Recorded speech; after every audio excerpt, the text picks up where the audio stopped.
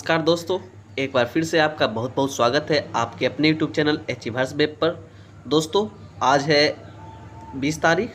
Okay, और हम लोग आने वाले कुछ समय में आज के सारे इंपॉर्टेंट करंट अफेयर्स को देखेंगे। ओके, और साथ ही साथ होगा आपका सबसे प्यारा सबसे दुलारा मैप ऑफ द डे।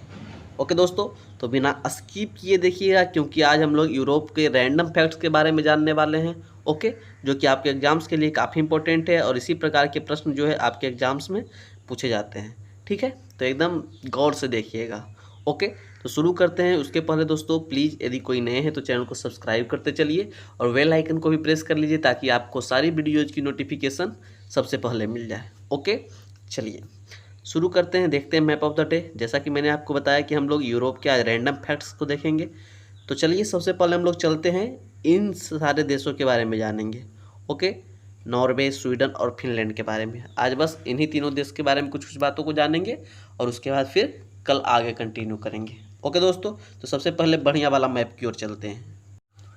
कोई बात नहीं दोस्तों, वो वाला मैप मुझे थोड़ा सा मिल नहीं रहा है। तो जैसा कि दोस्तों मैंने फिनलैंड के बारे में आपको बताया था क्या, कि फिनलैंड की राजधानी हेलसिंकी है और फिनलैंड को 1000 झीलों का देश कहा जाता है। ओके, स्वीडन के बारे में जानिए दोस्तों कि स्वीडन की जो राजधानी है वो स्टॉकहोम है। क्या, स्टॉकहोम स्वीडन की राजधानी है। और स्वीडन इसलिए फेमस है क्योंकि लोकपाल के बारे में आप लोग जानते होंगे। ओके, तो लोकपाल की जो अवधारणा है वो स्वीडन से ली गई थी। ओके, और तीसरा आपका मोस्ट इम्पोर्टेंट नॉर्वे है। ओके, और नॉर्वे की राजधानी दोस्तों ओस्लो है और नॉर्वे को दोस्तों मध्यरात्रि का देश कहा जाता है। ठीक है, मध्यरात्रि का देश नॉर्वे को कहा जाता है। ओके, नॉर्वे को मध्यरात्रि का देश, स्वीडन से लोकपाल लिया गया और फिनलैंड को 1000 झीलों का देश कहा जाता है। ओके दोस्तों, यदि इन तीनों देशों को एक साथ आप लोग बोलिएगा तो इन तीनों देशों को स्कैंडिनेवियन कंट्री कहा जाता है। ओके, स्कैंडिनेवियन कंट्री इन तीनों देशों को कहा जाता है।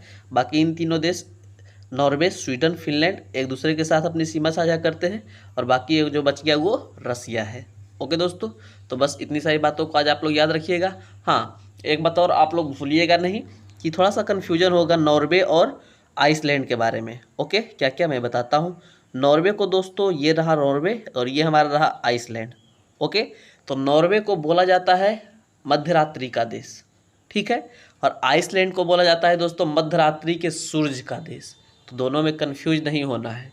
ठीक है, यदि आइसलैंड की राजधानी की बात करूं तो आइसलैंड की राजधानी रिकजेविक है, जो कि दुनिया का सबसे नॉर्थ ईस्ट मतलब कि सबसे उत्तर में स्थित राजधानी है। रिकजेविक से उत्तर में कोई राजधानी नहीं है। ओके, तो इतनी सारी बातों को याद रखिएगा। फिर से कल हम लोग कुछ रैंडम फैक्ट्स के बारे में बात करेंगे, उसके बाद 1-2 दिन में करके पूरा ये यूरोप खत्म हो जाएगा। ठीक है दोस्तों, तो हम लोग चलते हैं अपने पहले प्रश्न की ओर।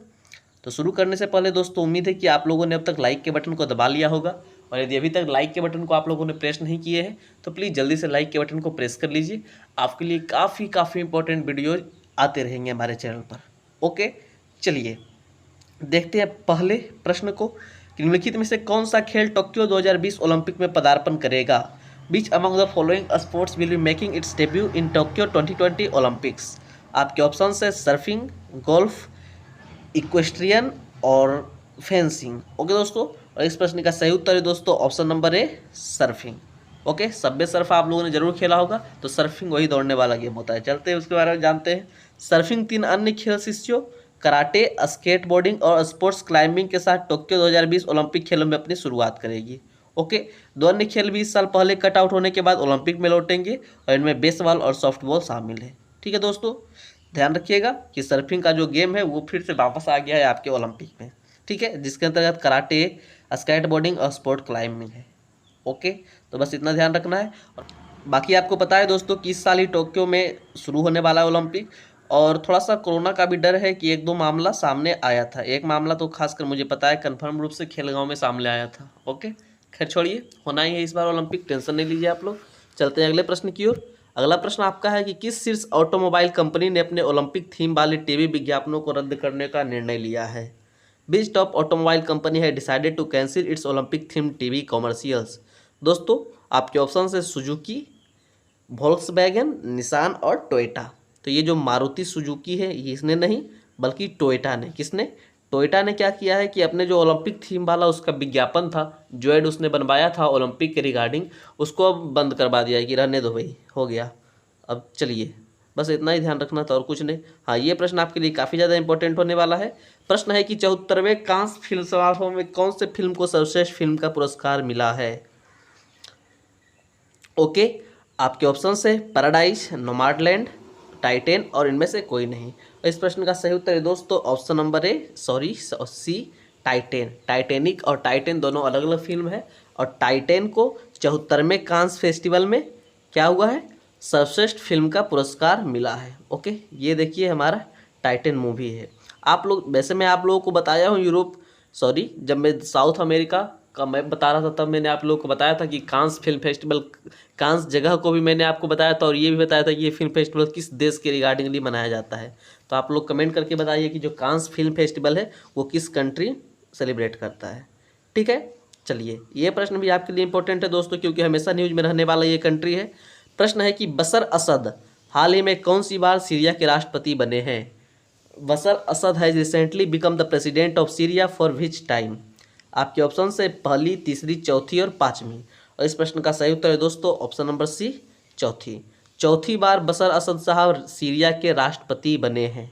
ओके, चलिए इसके बारे में कुछ और बातों को जानते हैं कि बशर असद हाल ही में चौथी बार सीरिया के राष्ट्रपति बने हैं। ओके, उन्होंने पद की शपथ ली और इसके बाद पश्चिमी देशों द्वारा लगाए गए आर्थिक प्रतिबंधों के प्रभाव से निपटने का संकल्प जताया है। ठीक है, असद वर्ष 2020 से ही इस देश की सत्ता में है और उनका एक बार फिर राष्ट्रपति बनना लगभग तय माना जा रहा था।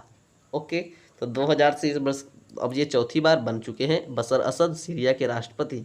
तो ध्यान रखिएगा, सीरिया हमेशा न्यूज में रहता है, इसलिए आपसे पूछेगा ही पूछेगा प्रश्न। ओके, अब अगले प्रश्न की ओर चलते हैं। निम्न में से किसने हाल ही में कोविड टीका संग सुरक्षित वन धन और उद्यम अभियान लॉन्च किया है।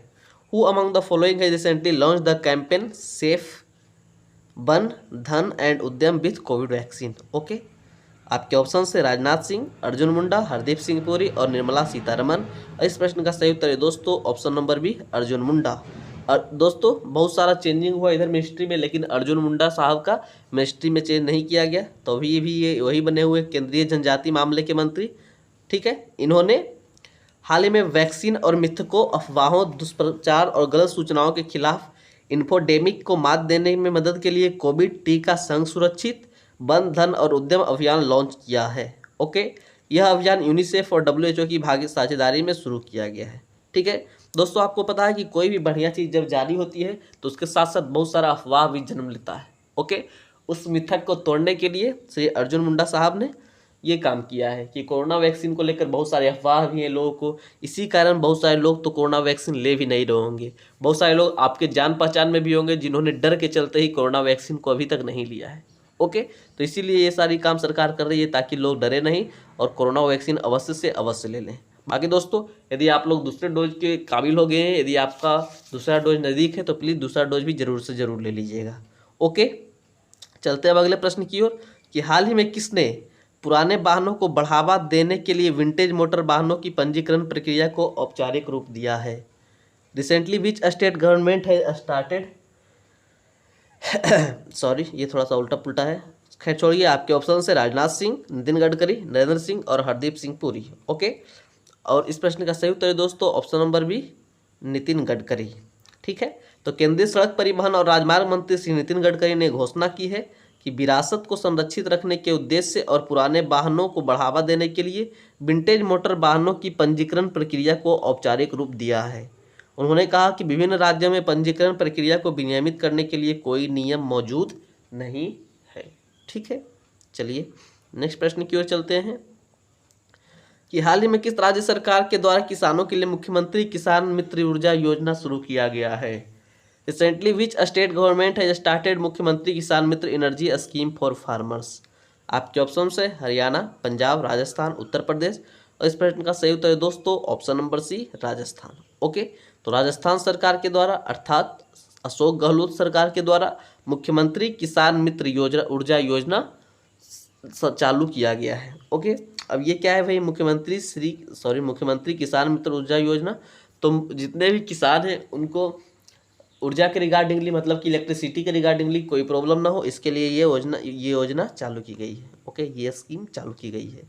ठीक है दोस्तों, ये प्रश्न आपके लिए काफ़ी इंपॉर्टेंट है। ये प्रश्न कोई VVI मार्क कीजिएगा कि विश्व हिंदू परिषद का नया अध्यक्ष किसे नियुक्त किया गया है। Who has been appointed as the new president of Vishwa Hindu Parishad? आपके ऑप्शन है डॉक्टर RN सिंह, मोहन भागवत, गिरिराज सिंह और इनमें से कोई नहीं। ओके दोस्तों, मोहन भागवत की ओर आप लोग जाइएगा, बहुत झुकाव है आपका मोहन भागवत की ओर। लेकिन दोस्तों मोहन भागवत जो है वो RSS प्रमुख है। ओके, तो कन्फ्यूज नहीं होना है।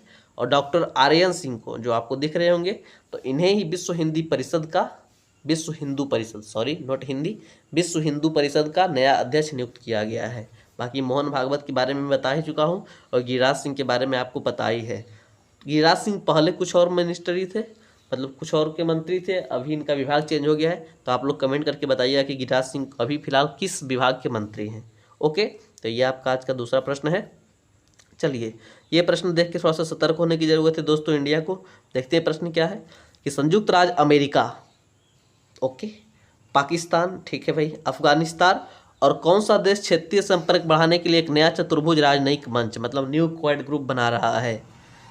United States, America, Pakistan, Afghanistan and which country have agreed to establish a new quadrilateral diplomatic forum to enhance regional connectivity? दोस्तों संयुक्त राज्य अमेरिका हमेशा कुछ न कुछ चाल चलते रहता है, उसे बस अपने फायदे से मतलब है, चाहे आप उसके बहुत बड़े दोस्त क्यों ना हो या फिर बहुत बड़े शत्रु क्यों ना हो, उससे उसको कोई लेना देना नहीं है। बस उसका फायदा जिधर दिखेगा वो अपना झुकाव उधर कर लेगा। ओके, तो फिलहाल अमेरिका, पाकिस्तान, अफगानिस्तान और उज्बेकिस्तान जो कि आपका ऑप्शन नंबर सी है, इसके साथ मिलकर एक नया क्वाड ग्रुप बनाने के लिए सहमत हुआ है। ठीक है दोस्तों, तो थोड़ा सा सतर्क रहने की ज़रूरत है इंडिया को। ओके, कि अमेरिका जो है किसी का नहीं है। ओके, उन्हें उसको जिधर झुकाव मिलेगा, उसका जिधर फायदा होगा वो उधर ही जाता है। ठीक है, और बाकी ये जो वर्ल्ड लेवल का पॉलिटिक्स होता है उसमें यही होना ही चाहिए कि कोई आपका मित्र या कोई आपका शत्रु नहीं है, जिधर आपको फायदा है आप उधर चलिए। ओके, नेक्स्ट प्रश्न की ओर चलते हैं, देखते हैं नेक्स्ट प्रश्न क्या है कि निम्नलिखित में से किसे टोक्यो खेलों में ओलंपिक लॉरेल पुरस्कार से सम्मानित किया जाएगा?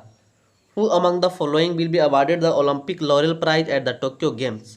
आपके ऑप्शन है मोहम्मद यूनुस, कीप कीनो, जैकी श्रोगी और किपचोगे कीनो। ओके, और इस प्रश्न का सही उत्तर है दोस्तों option number A, Muhammad Yunus. Okay, Muhammad Yunus को आप में से बहुत सारे लोग जानते भी होंगे। इन्हें दोस्तों ये पहला नंबर ये बांग्लादेश के हैं और ये नोबेल शांति पुरस्कार से भी सम्मानित है। ओके, तो बांग्लादेशी नोबेल शांति पुरस्कार विजेता मोहम्मद यूनुस टोक्यो खेलों में ओलंपिक लॉरेल प्राप्त करेंगे।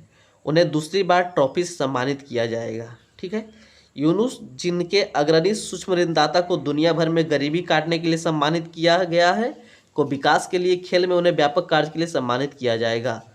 और चूँकि दोस्तों आपको मोहम्मद यूनुस के बारे में जानकारी पता होगी, मैंने कई बार इनके बारे में बता भी रखा है, खासकर जब NTPC का सेट्स में करवाया करता था तब। ओके, तो आप लोग चाहे तो उन वीडियोज़ को भी जाकर देख सकते हैं। इन्हें दोस्तों नोबेल 2006 में मिला था।